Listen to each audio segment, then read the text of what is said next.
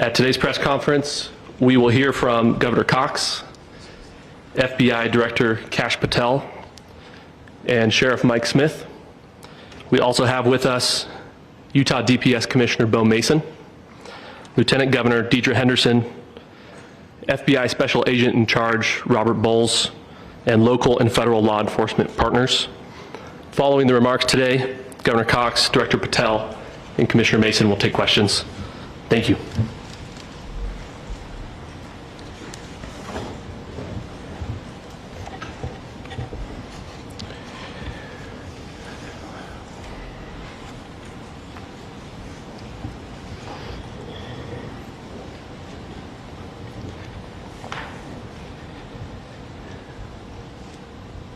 Good morning, ladies and gentlemen.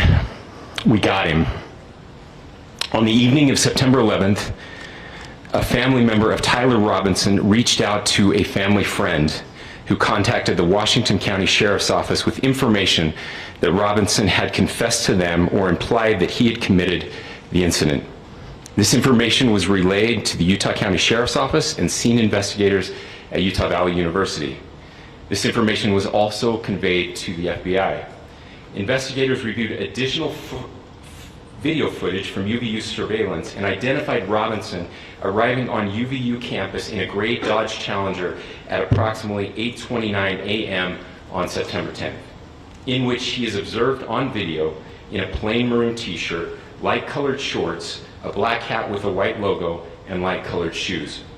When encountered in person by investigators in Washington County on September 12th, in the early morning hours, Robinson was observed in consistent clothing with those surveillance images.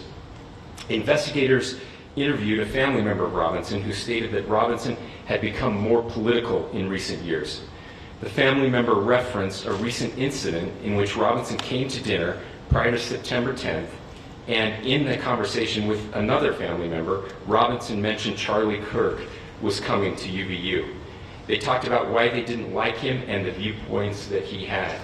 The family member also stated Kirk was full of hate and spreading hate. The family member also confirmed Robinson had a gray Dodge Challenger. Investigators identified an individual as the roommate of Robinson. Investigators interviewed that roommate, who stated that his roommate, referring to Robinson, made a joke on Discord. Investigators asked if he would show them the messages on Discord. He opened it and showed several messages to investigators and allowed investigators to take photos of the screen as each message was shown by Robinson's roommate. These photos consisted of various messages, including content of messages between the phone contact name Tyler with an emoji icon and Robinson's roommate's device.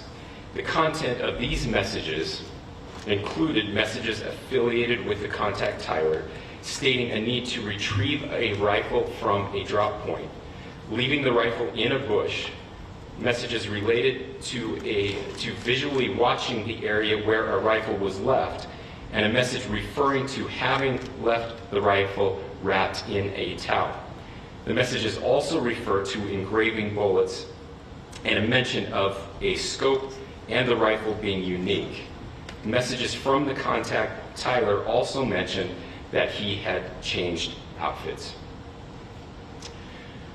I know there's been speculation as well as to the writing on those casings, those bullet casings, and I believe we have that as well. And I'll share that with you now.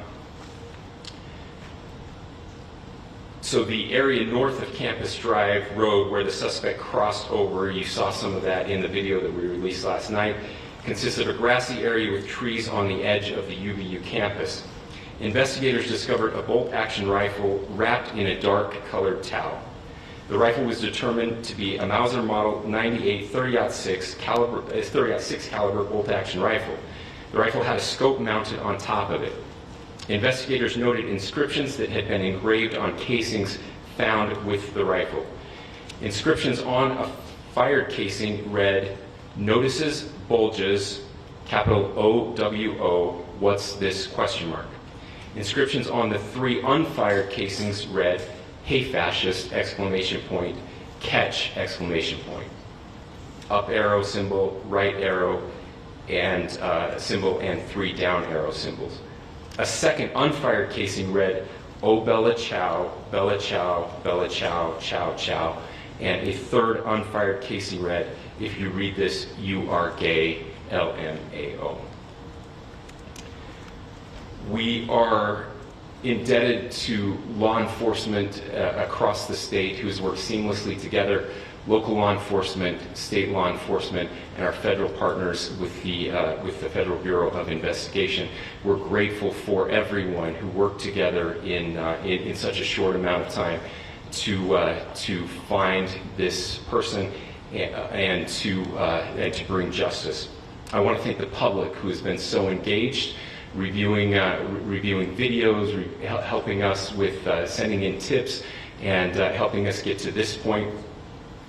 I want to thank the family members of Tyler Robinson who did the right thing in this case and were able to bring him into to law enforcement as well.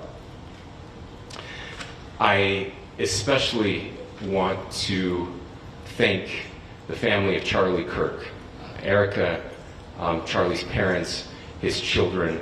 I want us to be thinking of them as we bring justice in this case. They will be involved in that justice. We will be working very closely with them as we move through this process as well. This is a very sad day for our country, a terrible day for the state of Utah, but I'm grateful that at this moment we have an opportunity to bring closure to this very dark chapter in our nation's history.